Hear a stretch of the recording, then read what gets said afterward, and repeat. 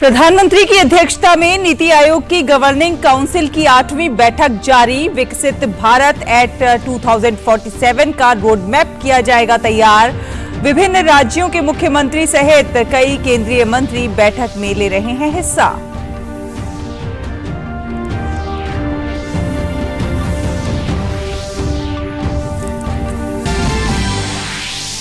भाजपा ने नीति आयोग की बैठक में ना पहुंचने वाले 8 मुख्यमंत्री को लिया आड़े हाथों। मुख्यमंत्रियों से जनता का अहित ना करने का किया आह्वान। नीति आयोग को देश के विकास और योजनाओं के लिए बताया महत्वपूर्ण।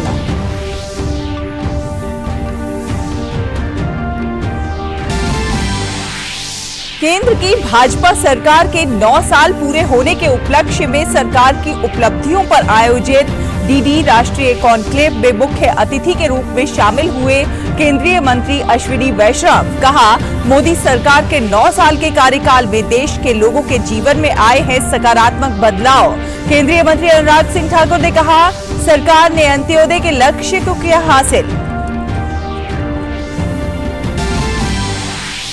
अंतर्राष्ट्रीय योग दिवस के 25 दिनों की काउंटडाउन के मौके पर हैदराबाद में आयोजित योग महोत्सव में बड़ी संख्या में लोगों ने लिया हिस्सा। केंद्रीय मंत्री सर्बानंद सोनोवाल और जी किशन रेड्डी समारोह में हुए शामिल। इस वर्ष के अंतर्राष्ट्रीय योग दिवस की थीम वसुधैव कुटुंबकम के लिए योग 21 जून को मुख्य समारोह जबलपुर में किया जाएगा आयोजित। कर्नाटक में मंत्रिमंडल का विस्तार। कर्नाटक के राज्यपाल थावरचंद गहलोत ने 24 मंत्रियों को दिलाई शपथ। मंत्रिमंडल में मंत्रियों की संख्या बढ़कर हुई 34।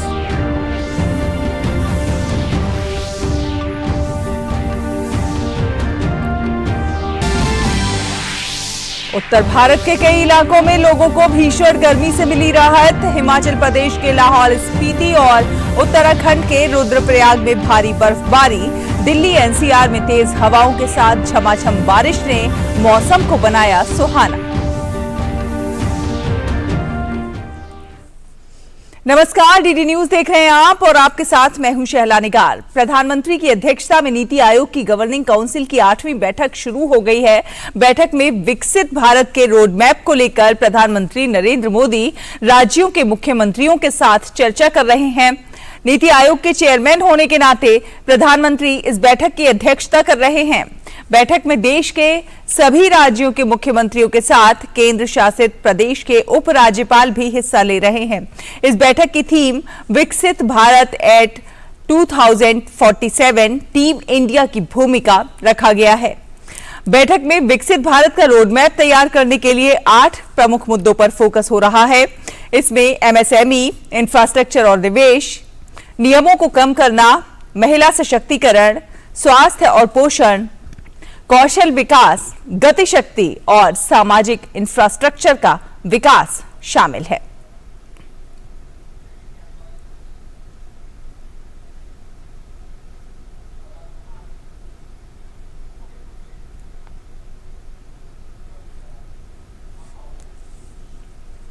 भाजपा के वरिष्ठ नेता रविशंकर प्रसाद ने विपक्ष के व्यवहार और नीति आयोग की बैठक में 8 राज्यों के मुख्यमंत्रियों के शामिल न होने पर कांग्रेस को जमकर लताड़ा है। उन्होंने कहा है कि नीति आयोग में हर राज्य के विकास और समस्याओं के हिसाब से योजनाएं बनाई जाती हैं। अगर राज्यों के मुख्यमंत्री बैठक में शामिल नहीं होते हैं तो जनता ही इसका फैसला करेगी कि इन नेताओं ने अपनी राजनीति के चलते देश हित को अनदेखा किया। उन्होंने कहा कि कांग्रेस नेता राहुल गांधी और कांग्रेस हमेशा सरकारी संस्थाओं का अपमान करती आ रही है और उन्होंने आज भी ऐसा ही किया है। नीति आयोग की बैठक में 8 मुख्यमंत्री नहीं आ रहे हैं। नीति आयोग देश के विकास, देश की योजना के लिए बहुत ही महत्वपूर्ण प्लेटफॉर्म है। यह नीति आयोग की 8वीं मीटिंग है। इन तमाम विपक्षी पार्टियों का हमारे ऊपर आरोप क्या है कि हम संस्थाओं का सम्मान नहीं करते, जो लोकतंत्र के लिए जरूरी है। इनमें से कई पार्टियों ने पहले सीएजी का विरोध किया था, चुनाव आयोग का विरोध किया था, सीईसी का विरोध किया था भारत की चुनाव प्रक्रिया का विरोध किया था। राहुल गांधी ने सुप्रीम कोर्ट की आलोचना की थी, बाद में माफी मांगना पड़ा था उनको। तो ये तमाम पार्टियां देश के महत्वपूर्ण संवैधानिक संस्थाओं की खुलेआम आलोचना करती हैं। प्रधानमंत्री नरेंद्र मोदी के नेतृत्व में सरकार की सेवा, सुशासन और गरीब कल्याण के 9 साल पूरे हो रहे हैं और इस अवसर पर दिल्ली के विज्ञान भवन में डीडी कॉन्क्लेव का आयोजन किया गया है। कॉन्क्लेव में विभिन्न विषयों पर 3 सत्रों में चर्चा होगी। इसमें पहला सत्र इंडिया सर्जिंग अहेड की थीम पर रखा गया है। इस सत्र में 9 वर्षों में अर्थव्यवस्था, कूटनीति और मूलभूत ढांचे में हुए परिवर्तन पर चर्चा हो रही है। गौरतलब है कि इन सालों में देश ने एक प्रगतिशील और स्थिर व्यवस्था देखी है। साथ ही साथ उद्योग और सेवा क्षेत्रों की वृद्धि भी अभूतपूर्व रही है। यूनिकॉर्न की संख्या में हुआ इजाफा युवाओं, प्रौद्योगिकी और ईज ऑफ डूइंग बिजनेस के प्रति सरकार की प्रतिबद्धता को दर्शाता है। इस अवसर पर मोदी सरकार के 9 साल पूरे होने पर एक पुस्तिका का विमोचन भी किया गया।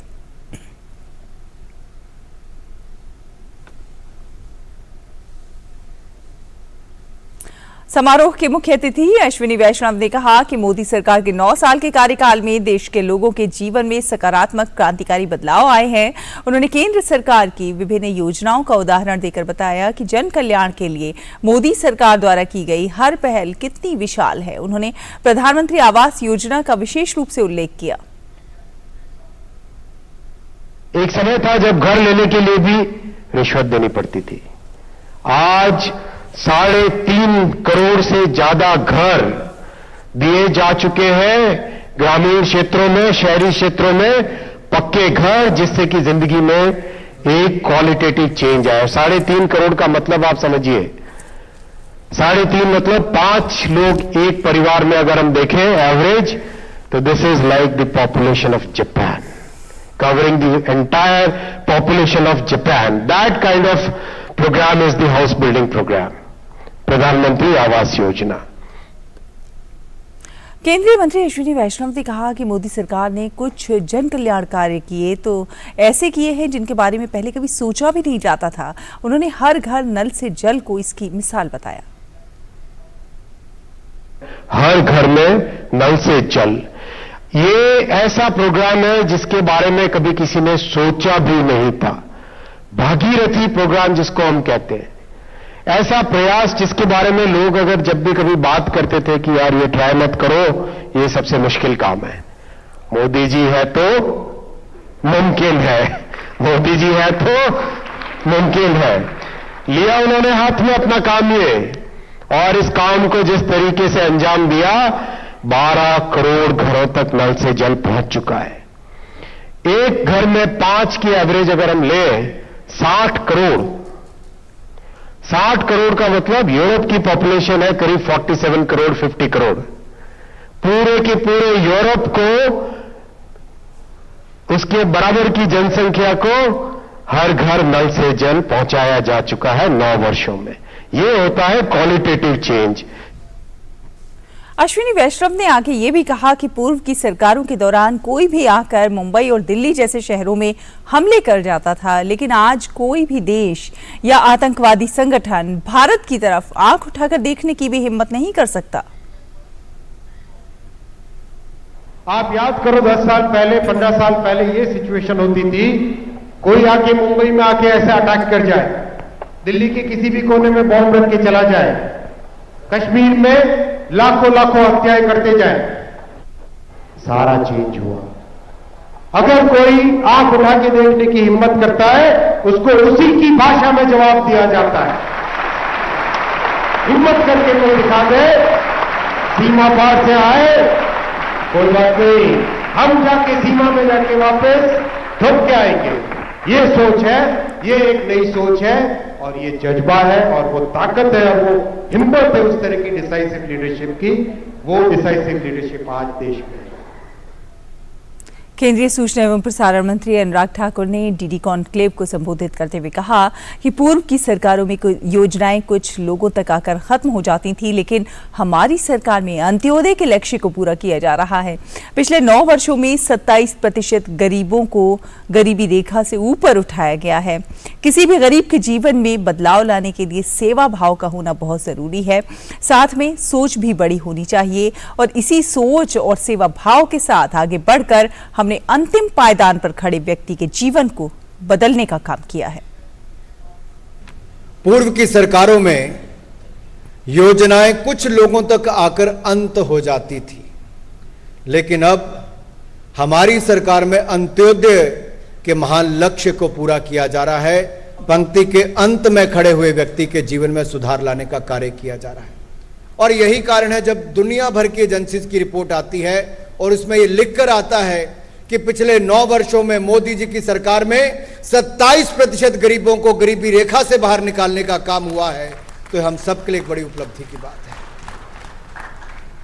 किसी भी गरीब के जीवन में बदलाव लाने के लिए सेवा भाव होना चाहिए, सोच बड़ी होनी चाहिए, सुशासन होना चाहिए और कहीं ना कहीं टेक्नोलॉजी का उपयोग करके ट्रांसपेरेंसी, अकाउंटेबिलिटी अपने सिस्टम का हिस्सा बनाकर आज हमने वो करके दिखाया है। लास्ट माइल डिलीवरी सुनिश्चित करके दिखाई।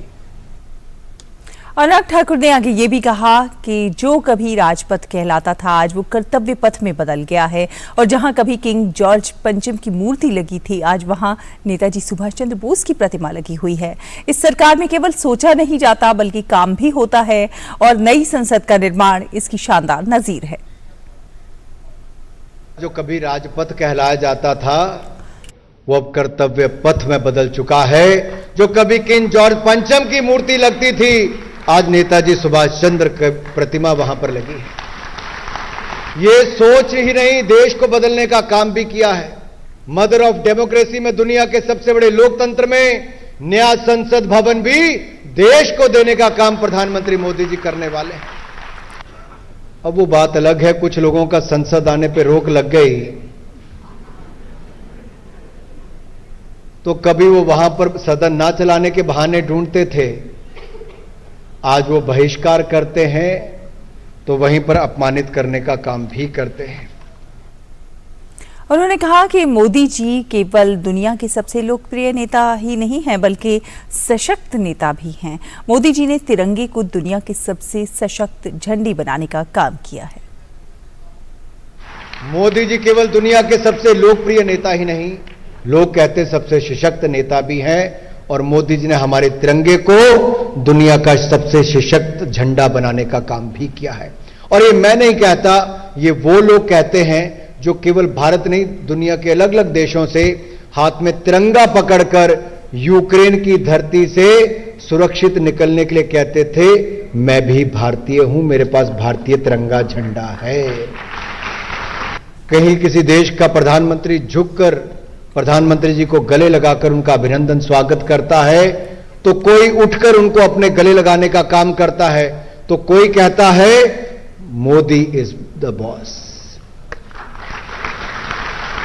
बॉस किसको कहा? मोदी जी को। तो मोदी जी का सम्मान नहीं, ये 130 करोड़ भारतीयों का सम्मान आज पूरी दुनिया कर रही है और इसको निरंतर जारी करना है। इस अवसर पर अपने संबोधन में सूचना एवं प्रसारण सचिव अपूर्व चंद्र ने कहा कि पिछले 9 वर्षों में रोड, रेलवे, टेलीकॉम और एयरपोर्ट समेत कई क्षेत्रों में शानदार काम हुआ है। आज लोगों तक उनका हक सीधे पहुंच रहा है। Whether it is roads, railways, telecom, airports, in every field there has been a tremendous progress in the 9 years.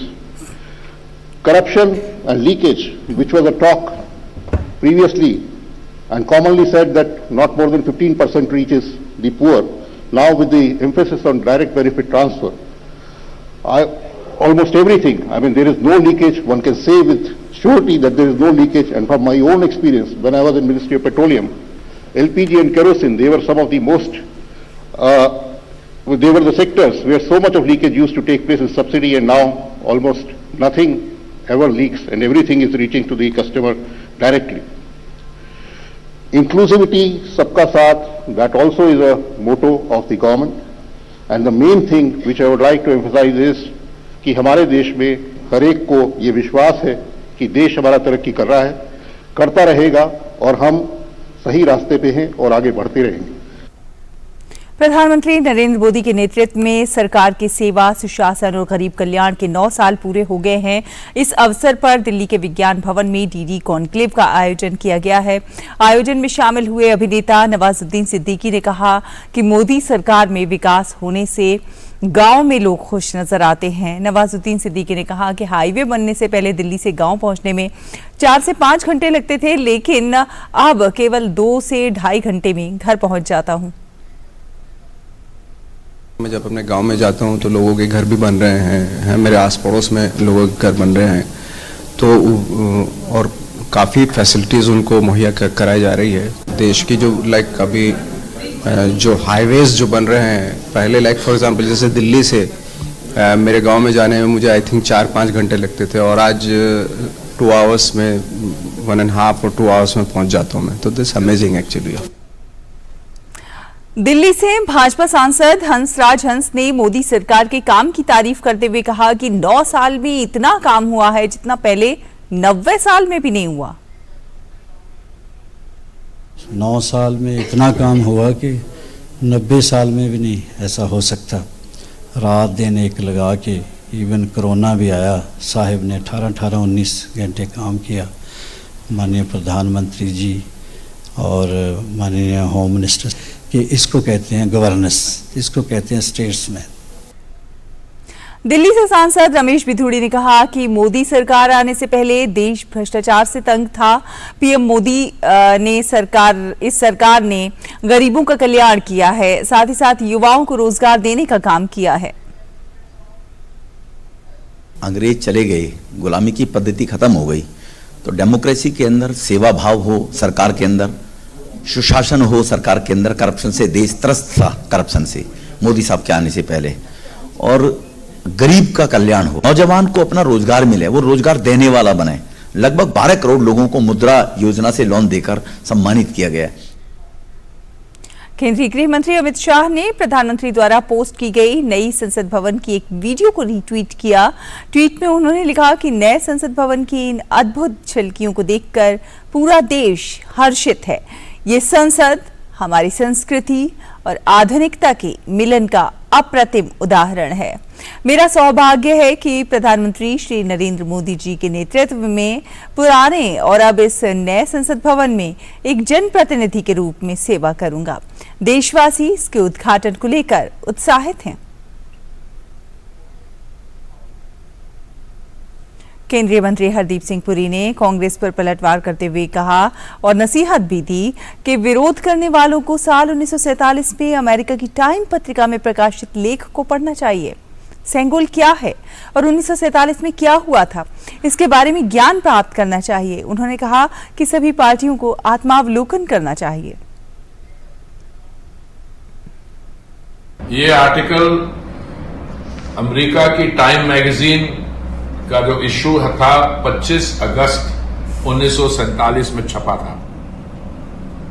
मैं चाहूंगा इसमें हमारे जो मित्र लोग हैं राजनीतिक दलों में, जो इस विषय पे विरोध कर रहे हैं, वो इस आर्टिकल को पढ़ें और थोड़ी जानकारी लें कि सेंगोल की क्या सिंबोलिज्म है, 1947 में क्या हुआ है, और अभी ये जो विरोध का नाटक है वो इसके कारण वो अपने लोगों पंडित जवाहरलाल नेहरू का भी एक तरीके से विरोध कर रहे हैं।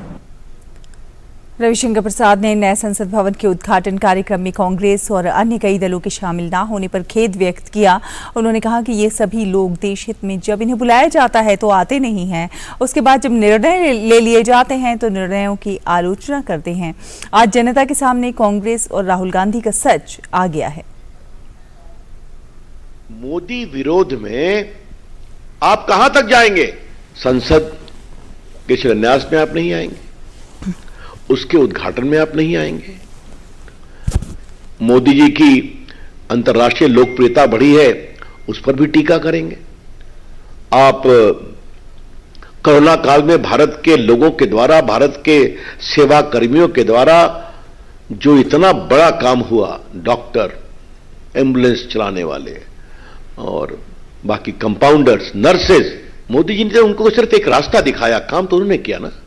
मोदी जी ने हिम्मत दिखाई, भारत का वैक्सीन बना, ऑक्सीजन आया, आपने उसकी भी खिल्ली उड़ाई। और अब तो इससे तो आपके सीधे आपके प्रदेश की जनता प्रभावित होने वाली है, क्योंकि उनके महत्वपूर्ण मुद्दे जो 100 चर्चा होने वाले हैं, उसके बारे में आपके यहां का रोड मैप बनाने में कठिनाई होगी।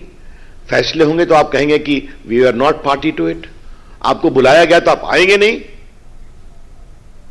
तमिलनाडु भाजपा के प्रमुख के अन्नामलाई ने सेंगोल को लेकर कांग्रेस पर निशाना साधा है। उन्होंने कहा है कि कांग्रेस को स्पष्ट करना होगा कि सेंगोल को संग्रहालय में वॉकिंग स्टिक के रूप में क्यों चिन्हित किया गया था।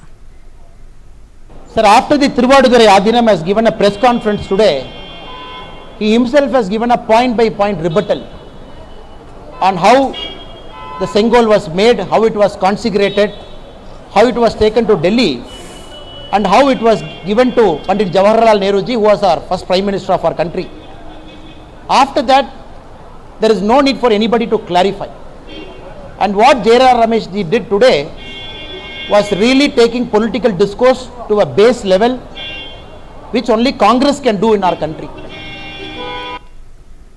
कर्नाटक में आज मंत्रिमंडल का विस्तार किया गया है। कर्नाटक के राज्यपाल थावरचंद गहलोत ने 24 और विधायकों को मंत्री पद की शपथ दिलाई। इन विधायकों की शपथ लेने के बाद कर्नाटक सरकार की कैबिनेट में कुल मंत्रियों की संख्या 34 पहुंच गई है। मुख्यमंत्री सिद्धारमैया और उप मुख्यमंत्री डी.के. शिव कुमार सहित 10 मंत्रियों को 20 मई को शपथ दिलाई गई थी, जबकि 24 अन्य विधायकों को आज मंत्रिमंडल में शामिल किया गया। अंतर्राष्ट्रीय योग दिवस के 25 दिनों के काउंटडाउन के मौके पर सिकंदराबाद के एनसीसी परेड ग्राउंड में आज योग महोत्सव का आयोजन किया गया। आयुष मंत्रालय के अधीन मोरारजी देसाई राष्ट्रीय योग संस्थान ने इस महोत्सव का आयोजन किया है। इस अवसर पर तेलंगाना की राज्यपाल डॉक्टर तिमिलिसाई सुंदरराजन मुख्य अतिथि के रूप में उपस्थित हुई। केंद्रीय मंत्री सर्बानंद सोनोवाल और जी किशन रेड्डी भी समारोह में शामिल हुए।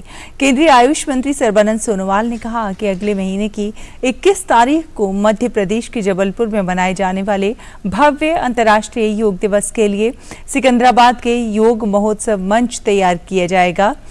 केंद्रीय मंत्री ने इस वर्ष के अंतर्राष्ट्रीय योग दिवस की थीम वसुधैव कुटुंबकम के लिए योग की भी घोषणा की।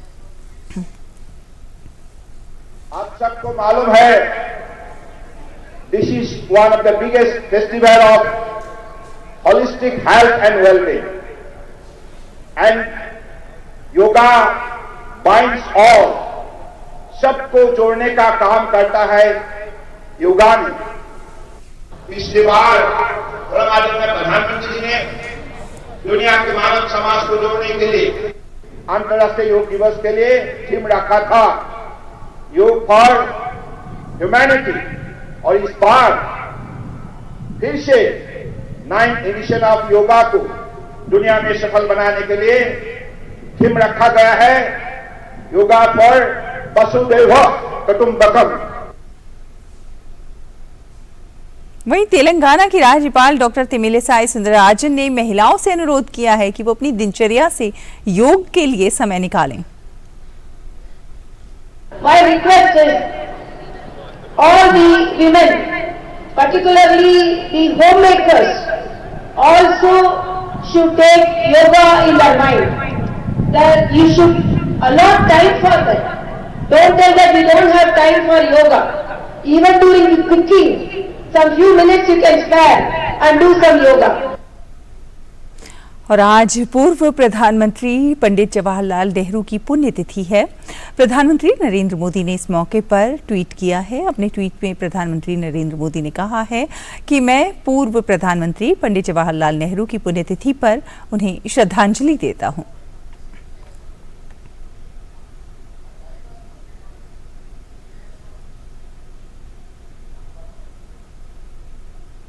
पंडित जवाहरलाल नेहरू की पुण्यतिथि पर उनके स्मारक शांति वन में कांग्रेस के राष्ट्रीय अध्यक्ष मल्लिकार्जुन खड़गे और कांग्रेस नेता राहुल गांधी ने पुष्पांजलि अर्पित की। इसी के साथ इस बुलेटिन में फिलहाल इतना ही, लेकिन डीडी न्यूज पर खबरों का सफर लगातार जारी है। आप देखते रहिए डीडी न्यूज। नमस्कार।